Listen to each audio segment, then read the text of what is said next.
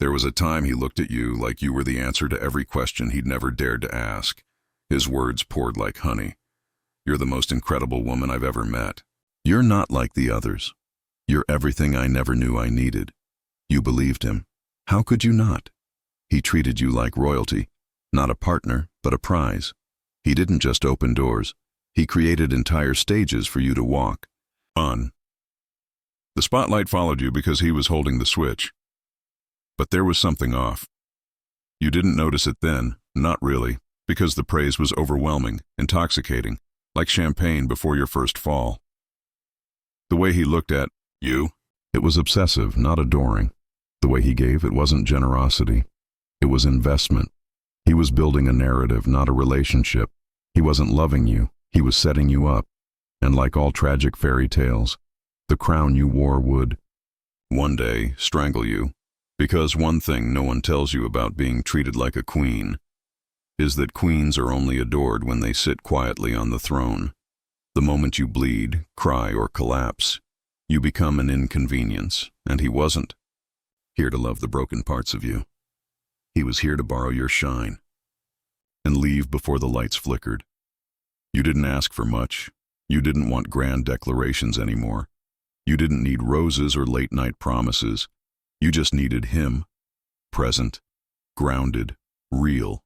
But when the storm came, he wasn't there. The same man who once memorized the sound of your laugh couldn't even hear the tremble in your voice anymore. You reached for him, but your hands only caught air. You were struggling. The walls were closing in. Life was pressing its weight on your chest. And you thought, if he loved me like he said he did, this is when he'd show up. But narcissists don't stay for the hard parts. They don't know how to handle a version of you that isn't radiant and selfless. Your pain wasn't useful to him. Your struggle didn't make him feel powerful, and without the benefit of your admiration, you were no longer fuel for his fragile ego. So he disappeared. He didn't slam the door. That would have made too much noise. Instead, he drifted, slowly, like a fog rolling backward into the sea. He stopped asking how you were, stopped responding with warmth, stopped showing up at all, and the silence hurt more than words ever could, because it confirmed your greatest fear. He didn't love you. He loved how you made him feel. And when your light dimmed, he didn't bring you a candle. He walked toward someone else's fire. He admired your strength until it made him feel small. He praised your independence until it reminded him he wasn't needed. He told you he loved how deep you were, but resented you every time you asked for emotional intimacy. You weren't too much. You were too real, and that's what terrified him, because strength in a woman like you doesn't flatter a fragile man. It threatens him. It exposes his shallowness. It puts a mirror in front of everything he refuses to face within himself. But when you softened, when you opened your hands, when you cried, when you said, "I need you," he didn't see that as love. He saw it as weakness, as weight, as neediness. And the same man who once begged you to trust him shamed you the moment you finally did. To him, vulnerability wasn't a sacred offering. It was leverage, a sign he could pull away now, because now you needed him. And narcissists only want to be needed when it feeds their illusion of superiority. You became too strong to control, and too open to keep around. He didn't want the whole of you. He wanted a version of you he could mold, a queen in public, a ghost in private. So he let you fall, and then blamed you for breaking. You thought you had a partner, someone to share the burden with. Someone who said, "You don't have to do this alone." But in the end, you did. And it wasn't just the absence of his voice that hurt. It was the echo of your own. The way you whispered to yourself, "Maybe I'm asking for too much." The way you apologized for needing help, even when you were drowning. He taught you to doubt your own pain, taught you to mistrust your own needs. Because every time you reached out, he responded with withdrawal, coldness, or blame. So you retreated.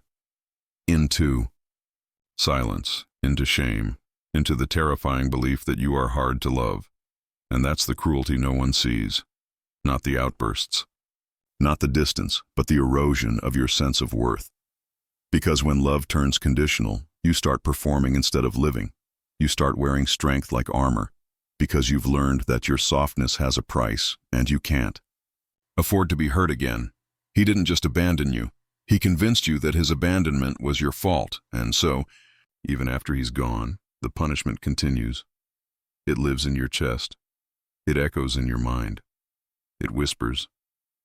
If even the one who said he loved you the most could leave you like that, maybe you're not worth staying for. But that's the lie. And the most dangerous thing about narcissists is not what they take from you when they leave. It's what they leave behind in you when they go. For a long time you told yourself, he loved me. Something just changed. But the truth? Nothing changed. You just stopped being useful to his narrative. He never really saw you. He saw the reflection of himself in your admiration. He saw the benefits of being close to someone radiant, intuitive, loyal. You were fuel. You were decoration. You were the mirror that made him feel bigger, brighter, bolder than he was. When you gave, he called you selfless. When you compromised, he called you understanding. When you forgave, he called you patient, but the moment you asked for something back, he flinched, because he was never in it to give. He was in it to extract. You were not loved. You were used. Used for your warmth. Used for your emotional intelligence. Used for the way you made him look to others, as if he were capable of loving someone deeply. He mimicked intimacy, but he never allowed it. Because true intimacy requires vulnerability, and vulnerability requires accountability. He would rather control you than connect with you. He would rather win than love. And that is the moment. The illusion shatters when you stop asking, why did he stop loving me? And start realizing he never did. Not because you weren't lovable, but because he was never capable. You felt things deeply. You cried when others couldn't. You noticed details no one else saw. You cared too much, and he knew it. At first, he called it beautiful, said your soul was rare, held your face in his hands and whispered, I've never met anyone like you. But over time, your sensitivity became a threat, because your ability to feel what he couldn't terrified him. You brought color into a world he kept in grayscale. You gave meaning to things he only used for power. And slowly, silently, he began to resent you.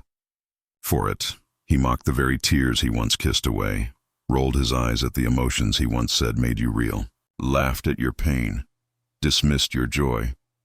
Because when someone cannot access their own emotions, they will destroy anyone who reminds them of what they've buried. He envied your heart, and he punished you for daring to show it. That's the cruelty of his silence. It wasn't just withdrawal, it was a weapon. He needed you to believe that your feelings were a problem, that your empathy was weakness, that your emotional world was too intense to be loved. But he was never overwhelmed by your heart. He was overwhelmed by his inability to have one like yours. And so, instead of reaching for it, he crushed it. Because if he couldn't feel, he would make sure you questioned why you ever did. It felt like a death. The silence after his exit wasn't peace. It was a roar, 1,000 unanswered questions screaming. In the dark, you kept searching for closure, a message, an apology, anything that could explain how someone who once held you so close could vanish without looking back. But here's the truth you didn't want to hear. The discard wasn't the end of love. It was the end of illusion.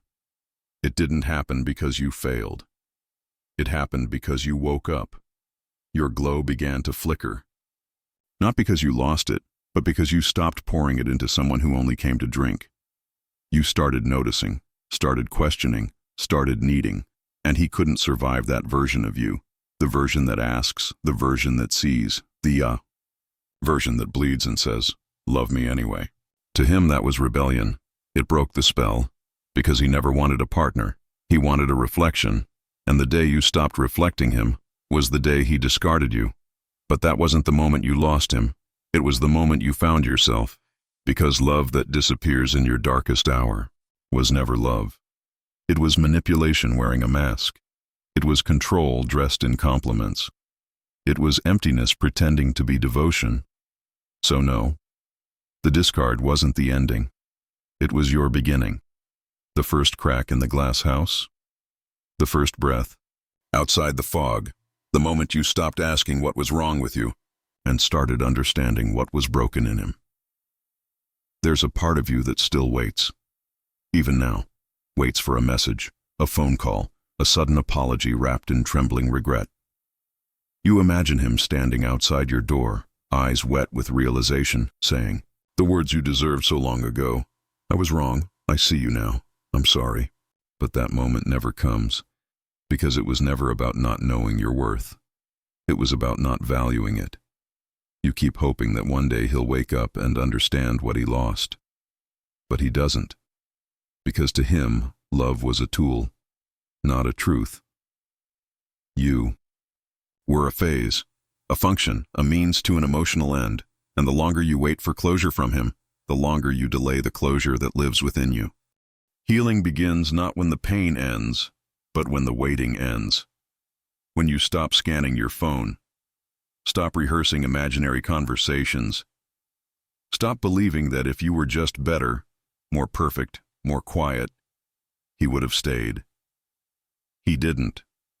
Leave because you failed. He left because he was never capable of staying. And now, healing begins. Not with revenge, not with answers, but with silence, the kind you choose, not the one he weaponized. The silence that says, "I no longer need you to see me, because I'm learning to see myself again." That is the first true act of rebellion. The moment your love turns inward, the moment your light begins to return, not for him to find, but for you to follow. They told you to toughen up, be colder, less trusting, less open. Because somewhere along the line, the world convinced you that your softness was the reason you got hurt. But that's not the truth. He didn't leave because you were soft. He left because your softness demanded something he could never give: authenticity. Your empathy held up a mirror. Your vulnerability cracked his mask. Your love wasn't the weakness. It was the threat. Because you weren't playing a role, you were showing up, raw, real, unguarded, and people like him can't survive in that kind of truth. He needed you to doubt your intuition, to second-guess your heart, to shrink. Because if you ever stood fully in your softness, fully in your knowing, you'd see through him. And so, he did what all fragile egos do when confronted with genuine strength. He tried to poison it, tried to convince you that your tears made you dramatic, that your questions made you difficult, that your love made you desperate. But the truth is simple. He wasn't strong enough for your softness. Because softness, true softness, is not weakness. It is resilience without armor. It is kindness without agenda. It is the ability to feel deeply in a world that keeps trying to numb you. And that kind of power, it terrifies the emotionally bankrupt. So don't harden, don't close. Don't let one man's emptiness rewrite the meaning of your depth, because your softness is not why he left. It's why you'll rise. Closure is seductive. It whispers promises. If I just understood why, I could finally move on. But here's the hard truth. Closure doesn't come from them. It comes from truth. The kind you already carry, but are afraid to name. You know what happened. You know how it felt. You know the moment his love turned into control, his praise into silence, his presence into absence. You don't need him to confirm it. You don't need a postscript to your suffering. You just need the courage to believe what you lived, because closure isn't about getting answers. It's about giving yourself permission to stop asking questions that only circle back to your own pain. You keep hoping he'll say it. I used you. I lied. I wasn't capable. But what if he never does? Will you hold your healing hostage forever because the villain refused to explain himself? He doesn't need to say it, because you already survived it. You already know how real it was. You already know how deep it cut. You already know the difference between love and illusion now. That knowledge, it is the closure. And when you finally stop waiting for the man who broke you to help you put the pieces back together, something shifts. You start asking different questions. Not why did he leave, but why did I stay that long? Not what did I do wrong, but what part of me needs gentler hands next time? And that's the turning point. Not when he confesses, but when you reclaim the story without needing his permission to end it. In the beginning, the silence was unbearable. It echoed with absence. It screamed in the spaces where his voice used to be. You tried to fill it with distractions, explanations, noise, because quiet to you meant abandonment. But slowly, almost imperceptibly, that silence began to shift. It stopped sounding like a void and started to feel like space. Space to breathe, to think, to feel without having to explain yourself to someone who never really listened. You began to notice the weight that had lifted. Not all at once, but in pieces. You didn't have to perform anymore. Didn't have to monitor your tone, your tears, your timing. You could cry without being punished. You could speak without being silenced. That silence, it became sacred. Because for the first time in a long time, it was yours. Not a weapon he used to control you, but a sanctuary where you began to hear your own voice again. The voice that had been buried under his needs, his moods, his approval. And that voice, it's not just returning, it's rising. In that silence, you are remembering who you were before him, and more importantly, you are discovering who you're becoming after him. The woman who doesn't beg for love. The woman who knows her worth before anyone confirms it. The woman who can sit in silence, not because she's been abandoned, but because she is finally home. There is no parade for healing, no applause, no dramatic scene where everything clicks and the pain vanishes. It's quieter than that, more sacred, almost invisible to anyone but you. It shows up in the smallest things, the calm way your breath settles when his name is mentioned, the way you walk past the places where you once broke and don't feel the same sting, the way you start to choose peace, even when chaos knocks at your door. Healing is not a scream, it's a whisper that grows roots. It doesn't shout, "I'm better now." It simply refuses to shrink anymore. You don't wake up one day and forget the past. You wake up and decide it no longer defines your worth. And slowly, moment by moment, you rebuild a self that no longer needs validation to exist. You laugh without guilt. You cry without shame. You rest without apology. You stop editing your softness. You stop negotiating your boundaries. You stop looking for someone to save you.